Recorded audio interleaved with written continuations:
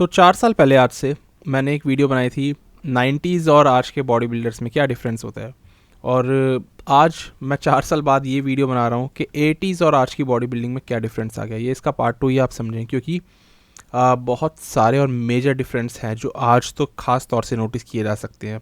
4 साल पहले मैंने कई चीज़ें बताई थी, लेकिन आज वो चीज़ें काफ़ी सारी हो चुकी है बताने को। स्ट्रेट अवे आज मैं इसी चीज़ से इसलिए स्टार्ट करना चाहता हूँ इस वीडियो को, और यही आज का टॉपिक रहने वाला है। दोस्तों कैसे हैं आप सब? मेरा नाम है विरल, आप देख रहे हैं all about Olympia YouTube channel. इस वीडियो में बात करते हैं कि 1980 के दशक में जो बॉडी बिल्डिंग थी उस टाइम पे क्या अप्रोच थी, और तब से अब तक क्या फ़र्क आया है आज की अप्रोच में, किस तरह मेंटेलिटी में फ़र्क आया है, किस तरह जजिंग करने में फ़र्क आया है।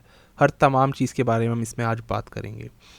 दोस्तों सबसे पहली चीज़ जो हम देख सकते हैं उसमें नंबर 1 पे आएगा स्टेरॉयड यूज़। कोई भी पॉइंट आउट कर देगा देखते हैं कि आज जो ड्रग्स यूज़ हो रही हैं इंडस्ट्री में, चाहे कोई एमेच्योर हो चाहे बड़े से बड़ा बॉडी बिल्डर, वो काफ़ी ज़्यादा अमाउंट में लेते हैं। जब पुराने बॉडी बिल्डर्स की मैंने बात सुनी तो हार्डली 2 कंपाउंड्स पे रहते थे, कई सारे तो एक एक कंपाउंड पे ही सिर्फ चले हैं। कुछ 1980s के बॉडी बिल्डर्स ने तो ये क्लेम किया है कि उनकी साइकिल अराउंड 600-700 mg चलती थी कॉन्टेस्ट से पहले। ये पर वीक की बात ही हो रही है। और आज अगर बात करूँ 3000 mg 4000 mg तक भी, यानी कि 3-4 ग्राम्स तक भी पहुँच जाता है। कई ऐसे बॉडी बिल्डर्स हैं जो कि इस डोजेज में ड्रग्स लेते हैं। तो अगर आप सीधा सीधा यहाँ पर कैलकुलेशन करोगे तो यहाँ पर कम से कम कुछ नहीं तो 4 से 5 गुना ज़्यादा स्टेरॉयड यूज़ हो रहा है। सिर्फ अमाउंट में उस mg को कैलकुलेट, उसको मल्टीप्लाई करके आप 5 से निकाल सकते हो कि करीबन 3-4 हज़ार mg आज बॉडी बिल्डर्स इतनी ड्रग्स यूज़ कर रहे हैं, जिसमें कि मल्टीपल कंपाउंड्स ऐड होते हैं। जहाँ पहले एक सिंगल कंपाउंड था, खासतौर से यहाँ पर डैनी पेडिला बोलते हैं कि वो सिर्फ डेकाड्यूराबोलिन पे ही रहते थे और उसी पे रहते थे, सिर्फ दूसरा कोई कंपाउंड ऐड ही नहीं करते थे। और आज तो 4 कंपाउंड से 5 कंपाउंड्स चलते हैं, उसके साथ में ग्रोथ हार्मोन अलग होता है और उसके साथ में फिर इंसुलिन भी कई लोग यूज़ करते हैं। IGF-1 भी यूज़ किया जाता है। कई लोग स्टेरॉइड्स के साथ में मिक्स करके साम्स की साइकिल भी बना लेते हैं। खैर ये तो स्टेरॉइड्स की बातें हैं, और कितना भी आप किसी को इसमें ला सकते हो, कितना भी आप किसी की साइकिल को इसमें डिस्कस कर सकते हो, मैंने एक एग्जांपल के तौर पे आपको बताया। दूसरी चीज़ स्टेरॉइड्स के बारे में अगर बात करूँ ना, तो ये आती है कि पहले ब्लास्टिंग एंड क्रूजिंग का कोई कॉन्सेप्ट था ही नहीं। जैसे मैंने अभी कुछ महीने पहले इस पर वीडियो बनाई थी कि आज एथलीट्स ब्लास्ट और क्रूज करते हैं, इसका मतलब कभी स्टेरॉइड्स से ऑफ भी नहीं आते हैं, पूरे साल चलते रहते हैं, पूरी जिंदगी बल्कि चलते रहते हैं स्टेरॉइड्स आज के एथलीट्स के। ब्लास्टिंग टेक्निक अपनाते हैं एथलीट्स कॉन्टेस्ट से पहले और मैक्सिमम स्टेरॉइड्स पुश कर डालते हैं, सारी डोजेजेस बढ़ा डालते हैं, और जैसे कॉन्टेस्ट खत्म हुआ तो फिर क्रूज करते हैं और बहुत कम स्टेरॉइड डोजेजेस पे आ जाते हैं। और हल्की साइकिल, जब इसको वो क्रूज बोलते हैं आज एथलीट्स, वो भी 600-700 mg तक चली जाती है। कई ऐसी चीज़ें बाहर के डॉक्टर्स भी बताते हैं जो बाहर के एथलीट्स की डायरेक्ट डोजेजेस बता देते हैं, रिवील कर देते हैं यूट्यूब पे। जो हाईएस्ट स्टेरॉइड डोजेजेस चलती थी पहले 1980s के एथलीट्स की, वो आज के एथलीट्स की लोएस्ट डोजेजेस बन के रह गई हैं। तो ये जो ब्लास्ट एंड क्रूज की मैं आपसे बात कर रहा हूँ, ये चीज़ पहले नहीं होती थी। एक ज़माना ही ऐसा नहीं था कि कोई सोचता भी, किसी को ख्याल भी आता कि ब्लास्ट एंड क्रूज होता है। सिंपल ये होता था कि कॉन्टेस्ट से पहले स्टेरॉइड्स यूज़ करते थे। अगर 2 महीने की प्रेप कर रहे हैं ना किसी कॉन्टेस्ट की, तो उसमें 1 या 2 कंपाउंड्स चला करके यूज़ करते थे, और उसके बाद पूरे साल के लिए बॉडी को रेस्ट दे दिया करते थे, जिसको कि ऑफ जाना कहते हैं। इससे चलते हैं हम अपने अगले पॉइंट पे, ऑफ सीजन। इसकी डेफिनेशन पूरी की पूरी बदल चुकी है इन 40 सालों में। 1980 के बॉडी बिल्डर से आप आज भी पूछ लो, उनके इंटरव्यूज़ अगर देखो, वो कहते थे ऑफ सीजन का मतलब हमारे लिए होता था रेस्ट फेज। हम उसमें बॉडी को पूरी तरह रेस्ट देते थे। ग्रोथ इस वर्ड का वो ना यूज़ करेंगे नहीं आप अपने, उनके कितने मर्जी आप इंटरव्यूज़ देख लो, कहेंगे कि उस टाइम पे हम बॉडी को ना, हमारा सिर्फ एम ये होता था कि लीन रहना है पूरे साल, ताकि जब स्टेज पे चढ़ना हो तो फटाफट से 2 महीने की या 1.5 महीने की प्रेप करके स्टेज रेडी हो जाए, बॉडी कंडीशन हो जाए और हम स्टेज पे चढ़ जाएं। वो हर बार एक बात ये बोलेंगे आपको, अगर 200 पाउंड्स में उनको स्टेज पे चढ़ना होता था ना, तो ऑफ सीजन में मैक्सिमम वो 210 तक जाते थे। 10 LBS यानी 4.5 किलो फैट एक्स्ट्रा ऐड करते थे और फटाफट से उसको लूज करके स्टेज पे चढ़ जाते थे। यानी कि उनका कोई प्रोग्रेसिव ग्रोथ का प्लान था ही नहीं उस जमाने में। और ये आप देख सकते हो साइज में इंक्रीमेंट 80s के बॉडी बिल्डर्स में कितना ही था। हर साल वो कितना साइज इंक्रीमेंट करते थे, सब एक जैसे दिखते थे पूरे साल, और हर साल ऐसे ही दिखते आए थे। आप ये देखोगे कि तब के बॉडी बिल्डर्स ज़्यादा करके 180s 190 पाउंड्स पे खेलते थे, 200 तक गए थे। ली हैने काफ़ी हैवी चले गए थे उस ज़माने के हिसाब से, 240 तक वो गए थे, और बाद में तो डोरी नेट्स के आने के बाद वो 255 तक भी चले गए थे। लेकिन बाकी सब, ली लब्राडा, रिच गैस्परी, सब ये 180-190 पाउंड्स वाले बॉडी बिल्डर्स थे, ऐसे ही दिखते आए अपने करियर में हमेशा। तो इनके कभी भी ग्रोथ नहीं होती थी 80s के बॉडी बिल्डर्स की, क्योंकि ऑफ सीजन का मतलब इनके लिए रेस्ट होता था। आज ऑफ सीजन का मतलब आप अगर देखो बाहर के बॉडी बिल्डर्स के इंटरव्यूज़, कोचेज़ के इंटरव्यूज़, वो कहते हैं अगर हमारे एथलीट ने ऑफ सीजन में गेन नहीं किया ना, तो वो कॉम्पिटिटिव एथलीट की श्रेणी से ही बाहर हो गया, वो एथलीट ही हमें नहीं चाहिए। कोच को इतना ज़्यादा अपने एथलीट को ऊपर लेकर के जाना है, क्योंकि दूसरे एथलीट्स भी तो जा रहे हैं भाई, उसको भी तो अपने एथलीट को कॉम्पिटिटिव बनाए रखने के लिए उसको पुश करना पड़ेगा, और एथलीट खुद भी तो चाहता है। आपके अंदर जो लैगिंग बॉडी पार्ट्स थे, जो वीकनेसेस थी, अगले साल तक आपको उन पे काम करना है, और वो काम आप करोगे कब? ऑफ सीजन में करोगे। अब डेफिनेटली आज के बॉडी बिल्डर्स ज़्यादा आगे एकदम बहुत तेज़ी से मसल मास गेन कर लेते हैं बहुत शॉर्ट टाइम में, लाइक निक वॉकर को आप देखो, एरिन बैंक्स, एक शो में ये लोग 3-4 पाउंड्स की मसल्स गेन कर जाते हैं, जब एक शो कुछ महीने बाद ही होता है, उतने ही टाइम में इतनी तेज़ ग्रोथ है इनकी। जब इतना तेज़ आप ग्रो, एक तो होती है देखो ग्रोथ करना, एक होता है तेज़ी से ग्रोथ करना। तेज़ी से कोई आदमी ग्रोथ कर रहा होगा, नेचुरली तो पॉसिबल नहीं है वो चीज़, वो कॉम्पिटिटिव भी इतना है, उसको जाना ही बहुत जल्दी से। तो यहाँ पर स्टेरॉइड्स इसलिए भी पूरे साल चलाए जाते हैं आज के टाइम पे, जो ब्लास्ट एंड क्रूज करते हैं, इसीलिए एथलीट्स करते हैं। पहले वो जल्दबाजी नहीं होती थी, पहले कॉम्पिटिटिव एक एनवायरनमेंट भी उतना ज़्यादा नहीं था, एथलीट्स उतने थोड़ी ना थे। आज कितने एथलीट्स, कितने ज़्यादा एथलीट्स हैं यार, एमेच्योर एथलीट्स कितने सारे हैं, प्रो कार्ड्स कितने सारे दिए जाते हैं, प्रो एथलीट्स कितने सारे हैं। पहले का एथलीट जब रेस्ट करता था ना, उसको पता था कि स्टेज पे जब मैं वापस चढ़ूंगा तो साइज़ तो वही होगा पिछले साल जितना, लेकिन वो खेलता किस चीज़ पे था? वो ना अपनी स्टेज प्रेजेंस पे खेल जाता था, अपनी बॉडी के फ्लो पे और अपने अच्छे जेनेटिक्स पे खेलता था वो एथलीट। उसको मालूम था मैं अपनी कंडीशनिंग से बड़े भारी से भारी बॉडी बिल्डर्स को भी खा जाऊंगा, और इसलिए वो लोग ज़्यादा इंप्रूवमेंट्स पे ध्यान ना दे करके अपनी हेल्थ पे ज़्यादा ध्यान देते थे, और मसल क्वालिटी पे ध्यान बहुत देते थे। शॉन रे कभी भी बड़े नहीं हुए, उन्होंने हमेशा ये चीज़ बताई कि मैं हेल्दी रहना चाहता था, और ख़ास तौर से उनको लगता था वो बड़े एथलीट्स को हरा देंगे अगर वो अच्छी कंडीशनिंग में आते हैं, और उन्होंने करा भी है, काफ़ी बार करा है। वो 1980s की पूरी अप्रोच फॉलो करते आए हैं, इसलिए उनके गेन्स कभी भी ट्रिमेंडस नहीं रहे, पूरी तरह से प्योर 80s के बॉडी बिल्डर थे शॉन रे। तो ऑफ सीजन पहले के एथलीट्स इसीलिए नहीं लगाते थे, और आज के एथलीट्स ग्रोथ करते ही करते हैं।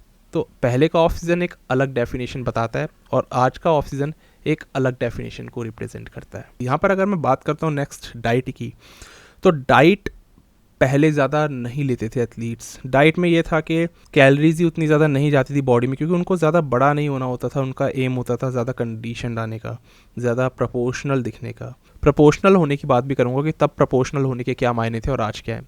लेकिन आज जो बॉडी बिल्डर है वो ट्रिमेंडस गेन करना चाहता है, इसीलिए बहुत ज़्यादा कैलोरिक सरप्लस में रहता है, तो आज कैलोरीज ज़्यादा पुश करते हैं एथलीट्स। और इसलिए हम देख सकते हैं कि जहाँ पहले के बॉडी बिल्डर्स औसतन 180-190 पाउंड्स पे ओलंपिया खेलते थे, कई सारे तो बन भी जाते थे मिस्टर ओलंपिया, आज 300 पाउंड्स के बिग रैम में मिस्टर ओलंपिया बन रहे हैं। तो वज़न 190 से 300 चला गया है, ये रेंज हो गई है, और औसतन आज का एथलीट 270-265 पाउंड्स पे कम्पीट करता ही करता है। यहाँ पर कई सारे एग्जांपल्स, निक वॉकर से लेके जस्टिन रॉड्रिग्यूज तक, सर्जियो ओलिवा जूनियर तक, आपको बहुत सारे एग्जांपल मिलेंगे। ये सब लोग आज कितने बड़े हैं। इनफैक्ट हंटर लब्राडा को आप कंपेयर कर लो उनके फादर ली लब्राडा से। ली लब्राडा एक 180-190 पाउंड के बॉडी बिल्डर थे, वहीं यार उनके बेटे हंटर लब्राडा वो करीबन 265 पे कम्पीट करते हैं। पहले की और आज की और एक और बात कर लेते हैं, अब और डीप में हम जाएंगे कि मील्स में वो लोग क्या लेते थे, आज क्या लेते हैं। पहले आपको याद है ली हैने ने ये बात बोली थी कि 12 होल एग्स भी वो खा लिया करते थे, और आज डेफिनेटली ज़माना इतना चेंज हो चुका है, ज़्यादा करके सारे लोग आज एग वाइट्स पे ही डिपेंडेंट है। अगर कोई होल एग खाता है ना 3 से 4, तो भी उसको ऐसे देखा जाता है मानो उसने कितना बड़ा गुनाह कर दिया, और कल ही इसकी हार्ट अटैक से डेथ हो जाएगी। माइंडसेट आज इस कदर तक बदल चुका है कि होल एग्स नहीं खाते, चाहे बॉडी बिल्डर्स हो, चाहे एक उनको फॉलो करने वाला कोई इंसान हो जो फिटनेस एंथुजियास्ट हो।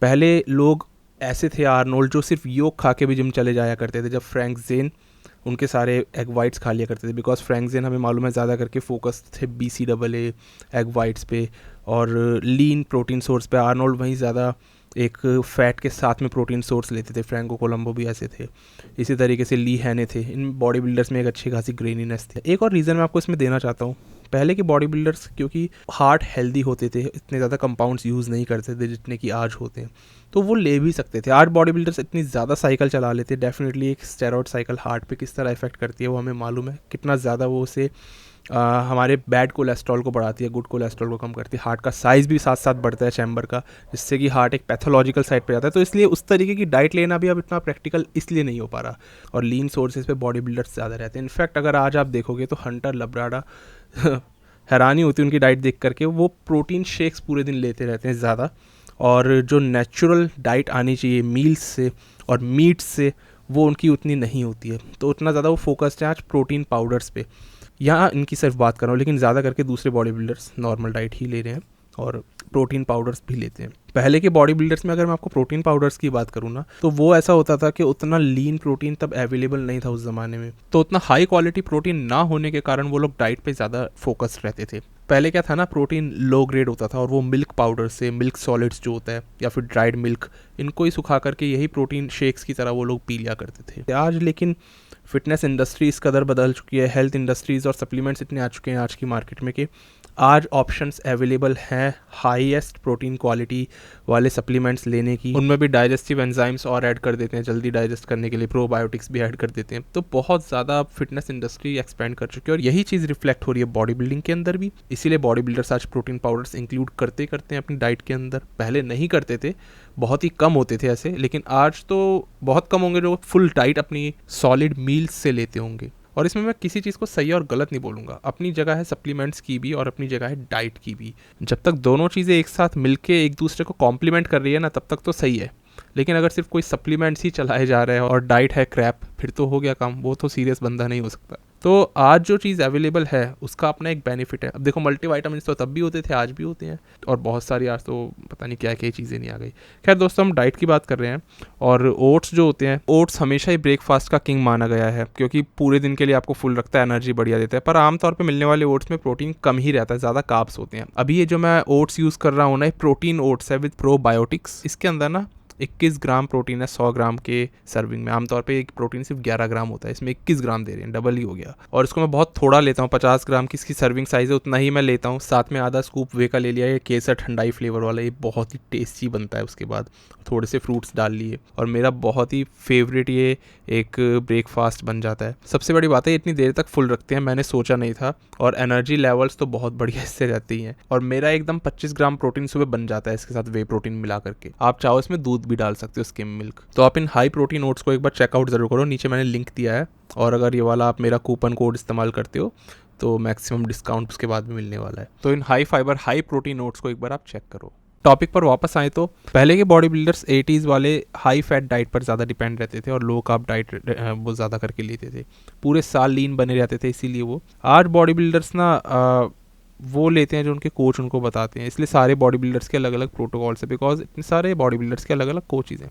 पहले तो एक ही डाइट सारे ही बॉडी बिल्डर्स फॉलो करते थे। अगर उन्होंने देख लिया ली है ने ये चीज़ खा रहे हैं, तो बाकी के बॉडी बिल्डर्स भी उन्हीं की डाइट फॉलो करने की कोशिश करते थे। तो एक कॉमन ट्रेंड इसीलिए पहले यही था कि पूरे साल आपको क्लीन खाना है। 1980s के एक बॉडी बिल्डर का आप किसी का भी इंटरव्यू देख लो, किसी की बातें सुन लो, सब कहते थे क्लीन कैलोरीज हमारा सबसे पहला गोल होता था। क्योंकि ऑफ सीजन में अगर वो क्लीन नहीं खाएंगे तो वो मोटे हो जाएंगे और ग्रोथ तो करनी नहीं थी। जो वेट गेन हो रहा है वो टोटली फैट की वजह से गेन हो रहा है, तो क्या ही फ़ायदा उस चीज़ को करने का। इसलिए वो लोग क्लीन खाने में विश्वास रखते थे, इसलिए high fat low carb diet चलाते थे पहले के एथलीट्स, और कम ही कैलोरीज पर रहते थे, और फूड स्ट्रक्चर सबका एक जैसा ही था। अब अगर मैं बात करता हूँ यहाँ पर ट्रेनिंग इक्विपमेंट्स की, ट्रेनिंग कुछ इस तरीके से है। पहले क्या हाईएस्ट मशीनें होती थी, या ऑटोमेटिक बोल रहा हूँ, हर एक बॉडी पार्ट को ट्रेन करने की पहले मशीन्स क्या होती थी? नहीं, हर चीज़ फ्री वेट्स पे होती थी। डंबल्स और बारबल्स का यूज़ सबसे ज़्यादा होता था। आज ज़्यादातर हर एक एक्सरसाइज है आपके हर एक बॉडी पार्ट के लिए जो कि मशीन पे की जा सकती है, और ज़्यादा करके इन्हीं को यूज़ भी किया जा रहा है, और कम करके डंबल्स, बारबल्स, फ्री वेट्स का यूज़ किया जाता है। जो एक चेंज आया है फिटनेस इंडस्ट्री में, और सारे बॉडी बिल्डर्स अब ज़्यादातर यही बोलते हैं, फिल हीथ, विलियम बोनेक, के मशीन्स सेफ़ भी हैं, अकेले आप ट्रेनिंग कर सकते हो बिना किसी ट्रेनिंग पार्टनर के, और इंजरी फ्री भी आपको रखती हैं। इसकी वजह से लाइफ स्पैन का ज़्यादा है, मतलब करियर स्पैन आज के बॉडी बिल्डर्स का एक ज़्यादा है। पहले के बॉडी बिल्डर्स फ्री वेट्स पर रहते थे, सबके ही ट्रेनिंग पार्टनर्स थे उनको असिस्ट करने के लिए ताकि इंजरी ना हो। और करियर स्पैन की बात करूँ, हाँ, वो उतना नहीं था। अब इसके ऊपर ही और बात करते हैं डिटेल में। करियर स्पैन ये ऐसी चीज़ है जो कि काफ़ी ज़्यादा बदल चुकी है। हमें याद है दोस्तों, ली हैने 31 साल की उम्र में रिटायर हो गए थे, 8 बार मिस्टर ओलंपिया बन चुके थे 31 साल की एज तक, यानी कि 24 साल की उम्र में वो मिस्टर ओलंपिया थे, और 31 की एज में रिटायर होना। आज 31 की एज तक तो एक बॉडी बिल्डर ना टॉप लीग तक पहुंच भी नहीं पाता है, और 35 साल की उम्र तो आराम से हो जाती है पहला टाइटल ओलंपिया का जीतते जीतते। तो पहले 31 तक रिटायरमेंट हो रही थी, आज 35 साल में पहला टाइटल जीता जा रहा है। फ़र्क कहाँ चला गया? और फिर रिटायरमेंट भी अब उसी हिसाब से होने लग गई है। 45 साल की उम्र तक भी आज का बॉडी बिल्डर रिटायर नहीं होता है। अगर आप देखोगे, पहले के एथलीट्स 18-19 साल में स्टार्टिंग करते थे, 21 साल तक प्रो रैंकिंग्स में बढ़िया आ जाया करते थे। 21 साल की उम्र बहुत होती थी, 22-23 तक तो बिल्कुल सेकंड आना शुरू कर देते थे, और 24-25 साल तक बन जाते थे। आर्नोल्ड भी ऐसी इसी उम्र में बन गए थे ओलंपिया। लेकिन आज एथलीट अगर स्टार्ट करता भी है ना तो उसकी एज आराम से 30 पार हो जाती है मेंस ओपन बॉडी बिल्डर बनते बनते, मतलब उसमें टॉप रैंकिंग लाते लाते, क्योंकि उतना मसल मास इकट्ठा करने में टाइम लगता है। और वहीं आप आज की क्लासिक फिजिक डिवीजन देख लो अभी की, वहाँ के एथलीट्स कंपैरेटिवली बिल्कुल यंग है। तो क्लासिक डिवीजन तो आज भी इसी तरीके से काम करती है जो पहले 80s में काम करती थी। आज जो क्लासिक डिवीजन बनाई गई है जिसमें बमस्टेड और ये रेमोन रोचा और ये सारे एथलीट्स अर्स कैलेंसन्स की है, ये उसी डिवीजन का तो पूरा रेप्लिका है। वही सब चीज़ें आपको जो पहले दिखेंगी वो आज दिख जाएंगी। क्रिस बमस्टेड की उम्र यही 24-25 साल है और वो भी इसी एज में अपना टाइटल जीत गए थे जिस एज में ये ली हैन या आर्नोल्ड जीतते थे उस टाइम पे। तो क्लासिक वालों की आज एज क्या है? यही 20s में सारे खेलते हैं, सारे यंग है। पहले भी यही एज थी 1980s के बॉडी बिल्डर्स की। अच्छा, वो भी बहुत श्रेडिड थे।